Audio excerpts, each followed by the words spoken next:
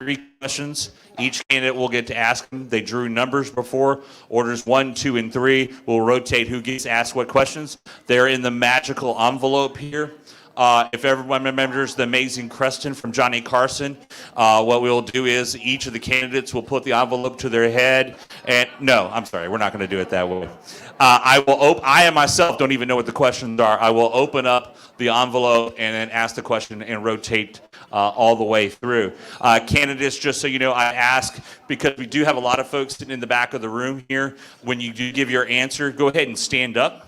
So folks can see it, and so the camera gets a good shot of you as well. The other thing is, when you give your answers, you are to be talking only from your perspective, no attacks on your opponent. Because if you say something toward your opponent or anything like that, I'm going to cut you off at that point. So we just want to go that. And at the end, each of you will be able to give a 3-minute elevator pitch. So we're not going to have opening statements from anyone here today. But I do want to do a quick intro to point out that there are 4 candidates in the race. We should point out that Patrick Gursky is out with COVID and is not able to be here with us tonight, but should be cleared by the time the chamber has their forum coming next week as well. But I want to make sure we introduce each of the candidates that are first to hear. First up, Dr. Abel Longoria, a small business owner, a board-certified emergency medicine physician, U.S. Army veteran. Longoria served in Operation Desert Storm and Operation Iraqi Freedom and awarded the Bronze Star. Thank you for your service, sir. After 9/11, Longoria went to New York City to help and was the medical director at Ground Zero. That's Dr. Abel Longoria of Galveston. Thank you, sir. Appreciate it. Terri Leo-Wilson, retired teacher and program head for special needs students. Terri has worked in Texas politics for the past 40 years, although she doesn't look old enough to work that long. She recently received the Tribute to Women Award from the TFRW for her grassroots work in the party. Terri has elected to 3 terms of the State Board of Education, as well as the State Republican Executive Committee there, and she and her husband live in Galveston. Then we have Dr. Gina Smith, a psychologist focused on helping those confronting mental health struggles. She lives in Bay Cliff with her husband and their daughter here today. So please give a warm welcome to our candidates here today. And so, as I said, we have the questions in these envelopes. I myself don't open them. We will start.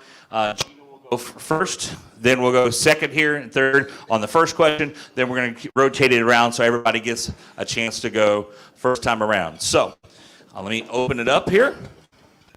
I said I myself don't know any of these questions ahead of time.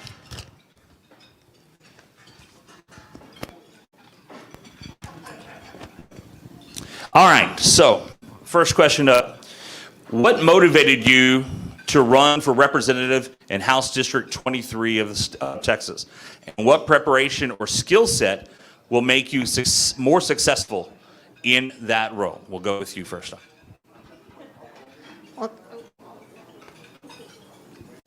Okay, so what motivated me? In 2017 and 2018, we had some life-altering events that happened in my family and in all of our families, I think. And I really saw that amongst many of the issues that were happening and the catastrophic events that happened, one of the very near and dear issues that happened was that I watched our law enforcement under attack. My husband, he's in law enforcement. I watched them be under attack, my patients under attack, because I work for first responders. And I felt like I couldn't sit by any longer and say nothing or just support my people. We needed to do more. We needed fewer career politicians, and we needed more people to come and represent from our communities. And I really do work in our community. And so I decided to get involved. And then the rest of that was what makes me qualified. So I think that it is a constitutional right to run for a public office.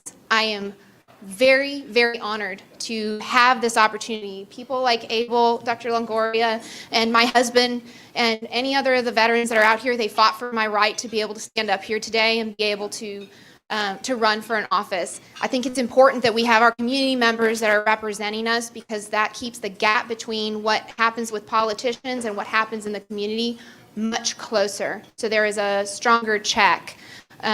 So I am able to, I've had a lot of experiences.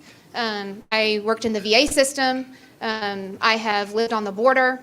And I really hear what's going on in our community because of the type of work that I do. I actually am intimately involved in our law enforcement and our first responders and in our veterans.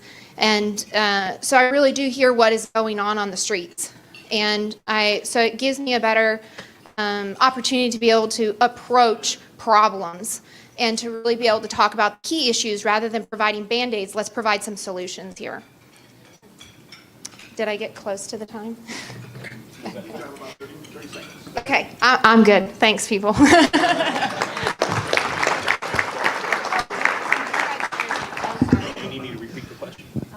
Yeah, go ahead. Okay, so the question again to Ms. Wilson. What motivated you to run for state representative in House District 23, and what preparation or skill set will make you the most successful if elected? Okay. I started out when I moved to Texas in 1982. I got involved as a precinct chair. I got involved in the Republican Party and the Republican Party women's clubs, and I really worked to get good candidates and good government. And then I had a baby, and I held that baby in my arms, and I knew what I wanted to do is I wanted to make a difference for her generation. Even if we raise our kids right, we've got people out there that are making laws that we have to live under and that are changing the fabric of the U.S. And so I started attending State Board of Education meetings, and I made a difference. I served 3 terms on the State Board of Education. I meticulously read everything that was going to hit a child's desk. I took it very personal, and I made sure that it was factually accurate and free of indoctrination. In 2009, something happened with the Texas legislature, and they passed a bill that had some good parts in it, but one of the things it did is it took authority away from the State Board of Education to compare and give publishers content standards on which we adopt.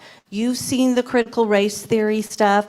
One of the things that is so very, very important is that we have a generation that is unbiased, that knows, and I'm going to read you some of these textbook quotes, and this is why they're in there, because publishers have free reign. It's like the fox guarding the hen house. Steve Toth is endorsing my candidacy. He's the one that wrote the CRT bill and got it through and passed, and it takes CRT out of the curriculum, but it doesn't take it out of the instructional materials. And I'm going to ask you, are these Republican principles? Ways to reduce poverty: redistribute some of the land owned by the wealthy or by the government and give it to the poor. Shifting more of the national budget to rural and urban poor, giving poor the title to common lands. Here's another way to reduce poverty: involve local residents, including women, and non-governmental agencies in the planning and execution of all projects. This means asking the poor what they need, giving it to them, and putting them in leadership positions, telling others what it happens. I could go on and on. I carry my textbooks and my quotes everywhere so that parents can see what's going to happen to our party if we don't get involved. I have walked the halls of the legislature. I passed a bill on textbook content and made it through the House, but I couldn't get it through the Senate as a citizen legislature. I've served all the way from serving on the National Nominations Committee to organizational committee. I helped put the pro-life plank into the platform in the early 90s. A handful of people did that. I served on resolutions. So I just... Time. Okay. Let you finish that sentence. Okay. But I really would appreciate your vote. I think it's going to take a teacher to get through school choice and to fix our problem with our generations. Thank you, ma'am. Appreciate it, Terri. Dr. Longoria, would you like the question repeated, please, sir? Go ahead. All right. What motivated you to run for representative in State House District 23, and what preparation or skill set will make you the most successful if elected? I've been in public service really for all my adult life. As you heard earlier, I served this country. I've served it in 2 campaigns and have earned a Bronze Star for those efforts. After the first campaign, I went to medical school, and I'm an emergency physician, and I continue to be a public servant. I'm a first responder. I'm still a first responder. I am the medical director for the city of League City, for Clear Lake Emergency Medical Corps. I'm the assistant medical director at the city of Friendswood and the cities of LaPorte. In that vein, when the United States was attacked on 9/11, I answered the call on 9/13, and I voluntarily flew to New York and was assigned the medical director at Ground Zero. I have a long history of being a community service. I'm fighting the battle of COVID now. I see it all the time. I feel I'm a small businessman. My wife, Mary, and I have lived on the island for 30 years, or for the better part of 30 years. We've had to evacuate after hurricanes. We've had to rebuild after hurricanes. We understand the unique culture and the issues of this island. We've lived them, so we know what it is. I believe I can make a difference. I believe we need to reform insurances. I think there's a huge issue in that. I think people are sometimes blinded by what we're purchasing. We don't understand what we're purchasing, and it's too easy. It's way too easy for insurances to hide behind the veil of promises and paperwork that become nightmares when disaster comes. So I know better than most that the Affordable Care Act, i.e. Obamacare, did nothing for care.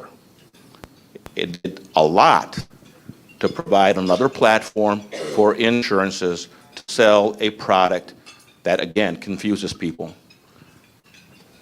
I'm Abel Longoria, an emergency physician, a proven leader, a Bronze Star recipient, and first responder. I need your vote. Thank you, Dr. Longoria. If we pass the mic on over to Terri, because she's going to be getting this next question first. Okay. And again, since this is a Republican primary race, this is a question specifically about something about your Republican credentials. So that's the important part here, the caveat. 87th legislative session, some committees had a Democrat as chairman or chairperson of the committee. What can be done to prevent that? And how will you work to see that all of the committees are chaired by conservative Republicans? That's the specific question here. And up to 3 minutes for you, ma'am. I think that we have for far too long, being a majority party, not taken the win and done something with it.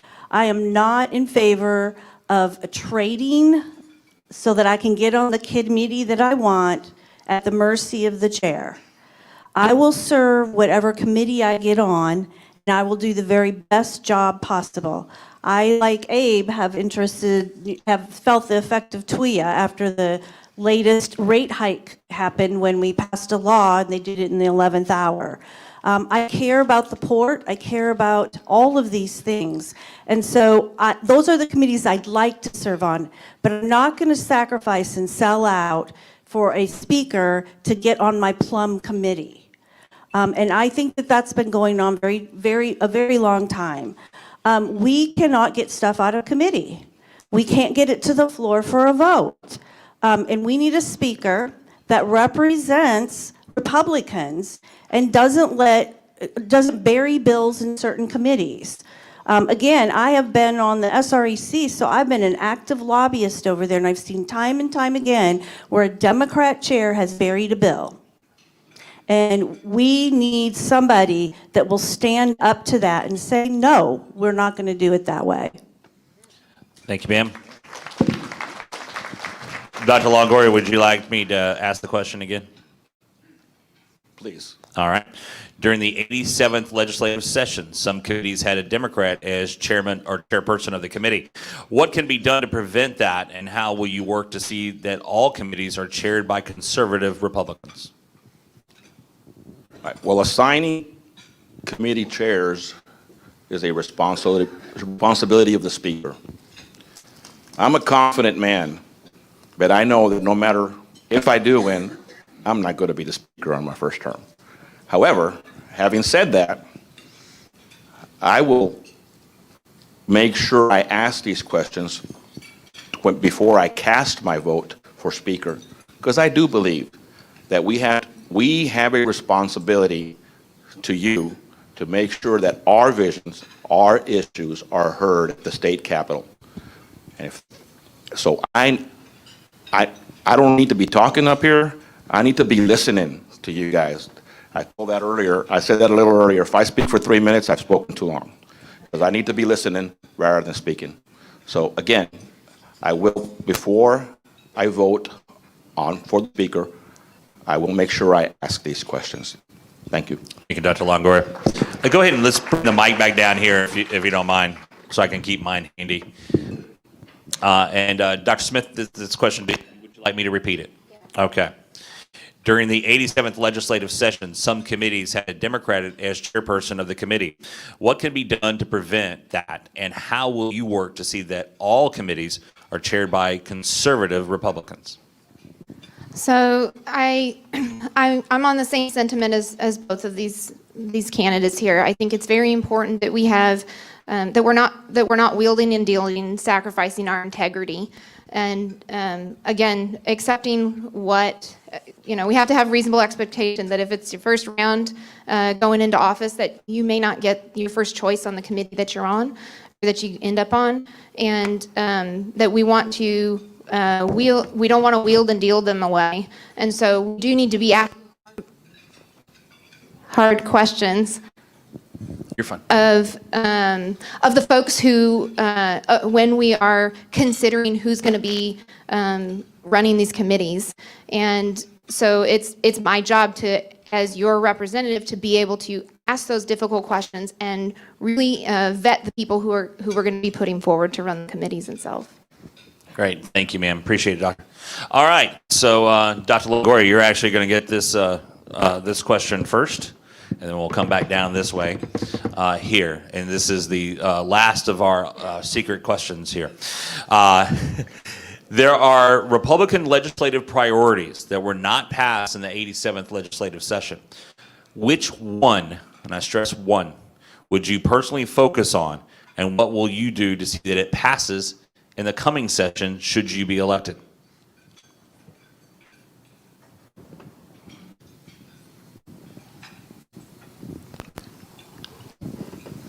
If you've lived on this island for any period of time, I believe we understand the importance of infrastructure.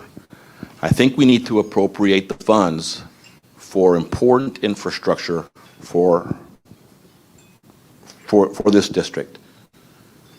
We need to complete ways out of this island in case of a hurricane. We should be able to evacuate this island and evacuate easily, so we need to appropriate the funds for completion of I-45, 146, and we need to complete the appropriations for the Grand Parkway so that we can leave the island. But we can't talk about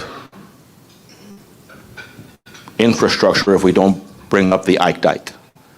The Ike Dike is probably the most important part of infrastructure that is facing this island. We need to make sure that the funds are appropriated for that and talk to our federal partners to make this happen. During the next hurricane, the Ike Dike is going to save lives. It's going to save jobs, and it's going to save a true economic disaster if we don't do it. Can you imagine what would happen if the petrochemical industry gets a direct hit? It would be an economic disaster. So we need to lock arms with our neighboring districts and our leaders at the city and the county to get the funds to complete the Ike Dike.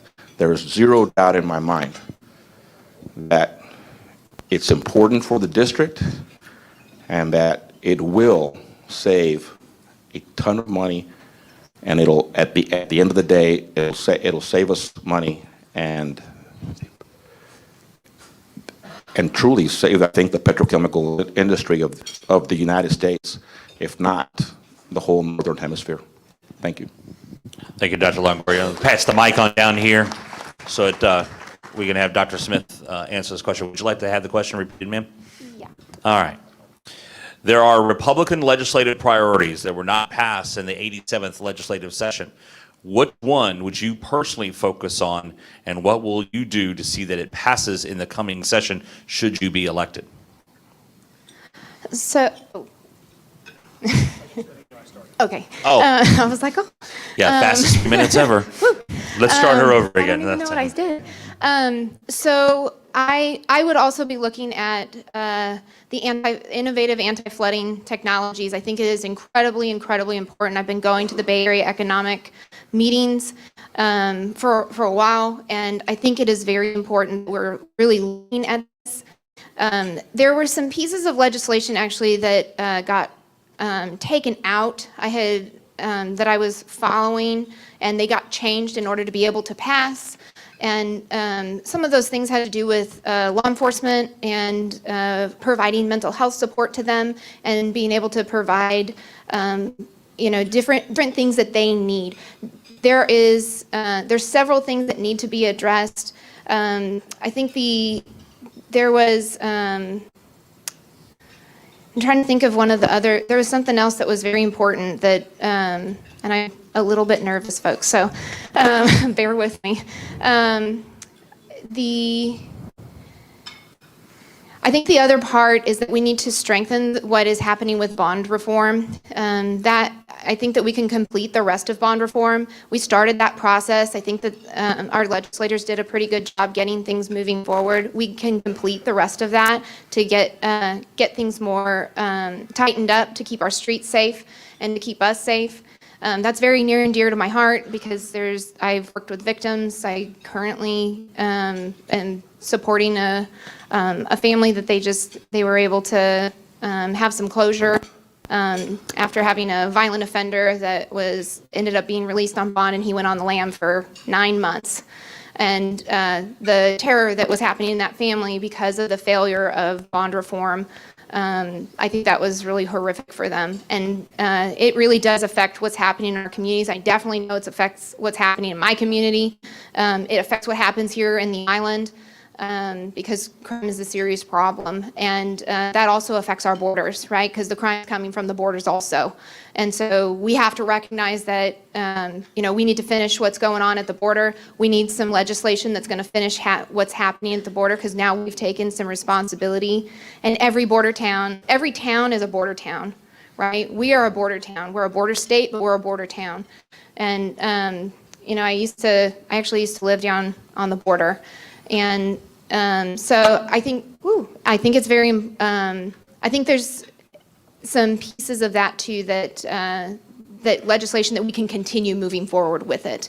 So, but flooding, I think, is one of the biggest issues. My folks' house flooded and in the second round of flooding, and that was pretty horrific for us, especially because they weren't covered by a lot of the help. So, Time. There we go. Thank you, ma'am. I appreciate it. Ms. Wilson, would you like the question repeated? Yeah, go ahead. All right. There are Republican legislative priorities that were not passed in the 87th legislative session. Which one would you personally focus on, and what will you do to see that it passes in the coming session? Election integrity. All of these issues surround election integrity. This election was stolen before we even went to vote because of the massive amounts of mail-in ballots. And we have to fix that. If we want property taxes to go down to a consumption tax and do that over time, if we want our pro-life issues taken care of, if we want the borders secured, if we want Second Amendment rights shored up, all of these things are issues that we care passionately about it. That's part of our platform.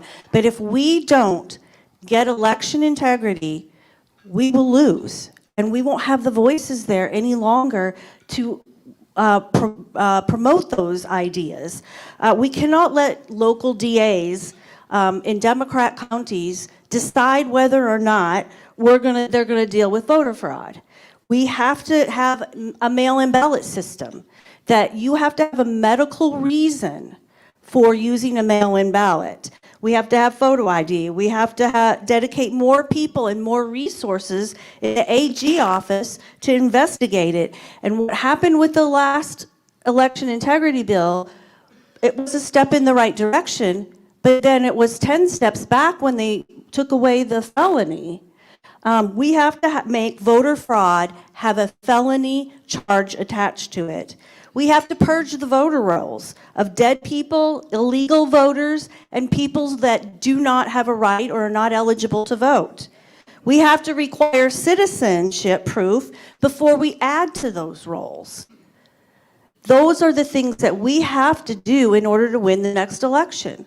And we've got to get our legislature on it. You know how I stand on all of the issues. I've received the pro-life, pro-family, pro-liberty groups endorsements, Texas Right to Life, Eagle Forum, Concerned Women for America.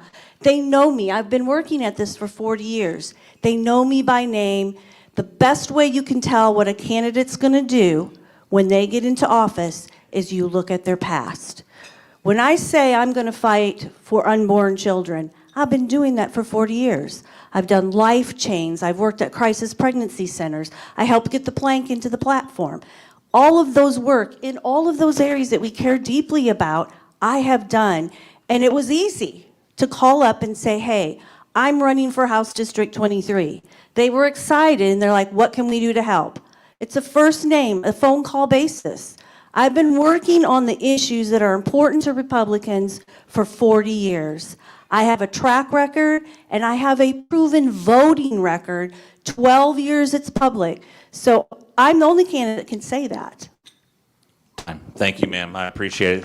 A hand again to all of our candidates for taking part of that. I'd forgotten to do this, so full disclosure, I forgot to ask, since we said we'd allow you to pick which order based on what you drew before. You drew number one. Would you like to go first, second, or third for your closing statement? You want to go third. Okay, that's what I figured, but we've got to ask, so we're all ahead. All right. Terri, you have a pick. You want to go first or second on your closing statement? I think I'll go first. Go first. Brave. Okay, no, I'm sorry. And Dr. Longoria, so that makes you second on there. You'll have up to... Can you pick? Yeah. Oh, no, let me officially, do you want to go second or second? Okay, there we go. Yes, sir. I just wanted to make sure. A reminder to everyone, early voting begins on February the 14th. So a great way to spend Valentine's Day is take your loved one to the polls, and then after that, go out to dinner there and make sure he pays for it on the way. And then that continues until the 25th, and then primary election day is March 1st. I'd be remiss if I didn't note, because he came in here right before we started, if we all could please and have you stand, State Senator Larry Taylor, who is not running for re-election, but we wanted to make sure this crowd gave you the proper salute for your time as a state representative, as well as our state senator.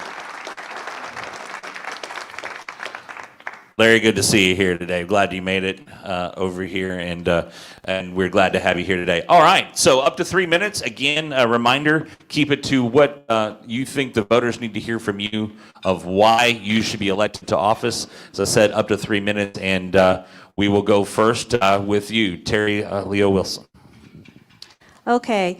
I talked a little bit about my experience on the State Board of Education in the textbooks. Some other things that I was passionate about was starting charter schools. I was the founding member of that committee. We know that when we have school choice and when parents have a failing school, they have to have an alternative. It's their obligation to take their child out. We have Upward Hope. We have all of these charter schools that I wrote the rules for and that I started, because we got to have school choice. We know that it makes the local public schools stronger when there's competition in the marketplace. I have the endorsements of Matt Schaefer. He was the state representative that passed the Second Amendment constitutional carry bill. He is endorsing because he knows that I'm going to help make Texas the most gun-friendly state in the United States. I have the endorsement of Matt Krause, who worked on religious freedom issues. That was my specific task when I was on the State Republican Executive Committee. He was the one that helped get the bill through that churches cannot be closed during a pandemic. Another endorsement that I have is Steve Toth for the critical race theory. We have one piece done. We have it out of the curriculum. We have to go back and get it out of the textbooks. I know how to do that. I know what the problems are. In our community, Dave and I rolled up our sleeves and we got involved with the Greater Gulf Coast Protection and Recovery District. We are extremely interested in protecting our port. We've worked on dune reconstruction projects. We want reinforced dune for the West End, but we have got to protect our port. We have oil and gas. We have natural gas resources. We have jobs. We have private property that will be destroyed in a storm surge. We have a national security interest to keep that port safe. And I want to go and be part of that planning and part of that stage 2 to finish the job. We've personally witnessed the TWIA rates go up right after Mays Middleton passed it and capped it. The TWIA went right up to the cap. I mean, like at the 11th hour, right before that got through. We do need insurance reform. I promise you, I will not take a Democrat endorsement. They will not be on my host committee. I have a 12-year voting record. I am retired. I am the only candidate here that can dedicate full time to the constituents of this district. You guys know me. I'm a member of the clubs here. I just don't show up at election time. I have been there in the trenches with each and every one of you, and I owe nobody anything except for you, the voters. Ooh, right on time. Thank you, ma'am. Dr. Longoria, up to 3 minutes, sir. My name is Abel Longoria, and I want to be your district representative. I'm the only one that can say I've lived in this district. I've been here with you. I've been here for 30 years. I've raised a family here. My 4 kids are products of local ISD. I'm proud to say that. They've all moved on, and they now have their own careers. 2 of them are pursued their education beyond their bachelor's. One got a double master's, and the other one will be the next generation Dr. Longoria. I'm really proud of that. It takes a family. I'm honored to have had this family help raise my family, and now it's time for me to give back. I'm blessed that in my professional career, I have the time and I have partners that'll pick up and help me be in Austin. I believe there's only 2 of us up here that will give this position the time it deserves to be an effective leader. One thing that I forgot to say earlier, so I want to say it now, I've got a little time. We need to put a ban on taxpayer lobbyists. That needs to happen, period. It was reported, I read a report the other day that in 2017, about $40 million was spent on taxpayer, on lobbying, I'll get it right, on taxpayer-funded lobbying. $40 million. I can find a way to better spend $40 million. First thing we do, and the easiest thing that comes to mind, buy down our property taxes. So help me get to Austin. I will be your voice. Again, I'm here to listen and take our voice to Austin. Thank you. Thank you, Dr. Longoria. And Dr. Smith, you had the final word, but no one leave right away afterwards. We got to give Don the last say here as well. So no one leave there, okay? Yeah. So my name is Dr. Gina Smith, and I am a licensed psychologist. I treat first responders and veterans, and I have spent my life's work treating PTSD and helping our veterans and helping our first responders find freedom from their worst days. I have called Galveston County my home for nearly 10 years. My private practice is in League City. It's across the street from the original firehouse. And like I said earlier, I looked and I saw that there was a problem. And if I'm doing my job right, in grad school they tell us, you keep everything quiet. Your business is not your patient's business. So nobody needed to know what I was thinking. Nobody needed to know what I believed. They encouraged and told me, you're doing a good job if you just keep your mouth shut. And I couldn't do that any longer after 2017 and after 2018, when I noticed and I saw that my husband, that my patients, my law enforcement folks, they were under attack. The BLM and radical left were a problem. And we needed people who were going to speak boldly, who were going to advocate fiercely for them. It is incredibly, incredibly important that we have leaders who are not career politicians, that we have people who are going to be close to our community. I have a little girl named Charlie. She's over there. I took her out of school today so she could be here. I take her to a lot of things, and you know why? It's because it's really important that we are including our young people in our politics today. That's how you grow the party. It is incredibly important to do that. That's how we keep things moving forward. I wasn't invited into politics. I invited myself. And with my campaign, I have been inviting new people, new conservative voices, because there's a ton of us out there. And we need people who are willing to go out and shake hands with new people and say, hey, come with me. That's how we grow our party even more. That's how we keep this area conservative. That's how we stay a Republican area. That's how we keep our Texas values. I have been a follower of Jesus since I was 9 years old. That's when I made my profession of faith.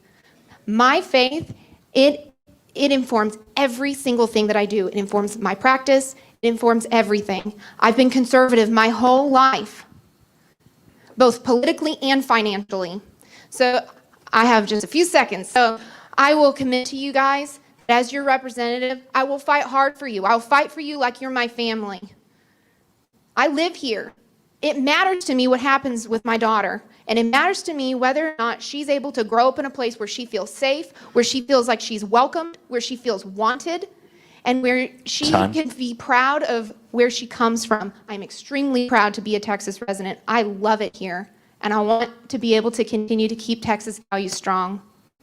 Thank you. Thank you all, candidates. Again, Dr. Gina Smith, Terri Leo-Wilson, Dr. Abel Longoria, and as I pointed out when we began, Patrick Gursky, who is have a bout of COVID and unable to attend with us here today, are the four candidates in the Republican primary. The winner of that primary will face off with Keith Henry in the lone Democrat running in that race in November. Reminder too, real fast, just a couple events we know if you want to catch up on some other activities happening in the area. The Galveston Republican Women on Friday night will have two of the candidates for State Attorney General with them at Fisherman's Wharf. And then also the candidates for Senate District 11 will be there as well. And our own Judge Kerry Neves will be moderating that that night. Judge, I know you were around here earlier. He may have had to run back to court. Sorry, right behind me. Sorry, Judge. And that's 5:30. I think everything gets going over at Fisherman's Wharf here on the island. Then next week on September the 20th, the Galveston Regional Chamber of Commerce will have its Senate 11 forum here at the Convention Center, right next door to us here at the San Luis Resort, the Convention Center next door, however. Then the very next day, these candidates, and hopefully we'll have the fourth in, will be here, at the Davidson Ballroom across from the Tremont. someone coming off, I guess. Okay, no. And those are all, by the way, these are both lunchtime, will be taking place there. That's next Thursday and Friday. So make sure you're attending those as well. And there's plenty of events. I know we were talking at the Mid-County Republican Forum the other night. There are a list of a lot of events going on. Not only the Pachyderm Club has things scheduled up through February 17th, you told me already, Marilyn? Every Thursday, going weekly here till February 17th. So Maryland's getting everyone organized for that, and the GOP party site's been updated with a lot of stuff from there. And again, this forum will replay tonight at 6 p.m. on I-45 now for those that missed it and had any questions to go from there. And if there was a question you didn't think got asked here today, you want to have the answer, I warned the candidates about this before. There's only one way out the door. So if you stand right there, they can't get past you. Jared Vargas from Congressman Randy Weber's timekeeper. Jared, thank you so much. I appreciate it. And I would be remiss not noticing and recognizing our congressman's lovely bride. Actually, I think it's his daughter most of the time. But Brenda Weber here today representing the congressman. She did want me to remind you she has about 400 Weber signs out there if she doesn't want to take them home with her. So if you would, go ahead and grab them all right. Don, I'll turn it back over to you.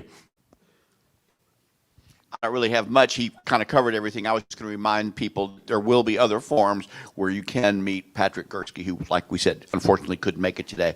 But thank you so much for coming, and we appreciate your attendance. Remember that good government requires educated citizens. So thank you for your efforts. And we are adjourned.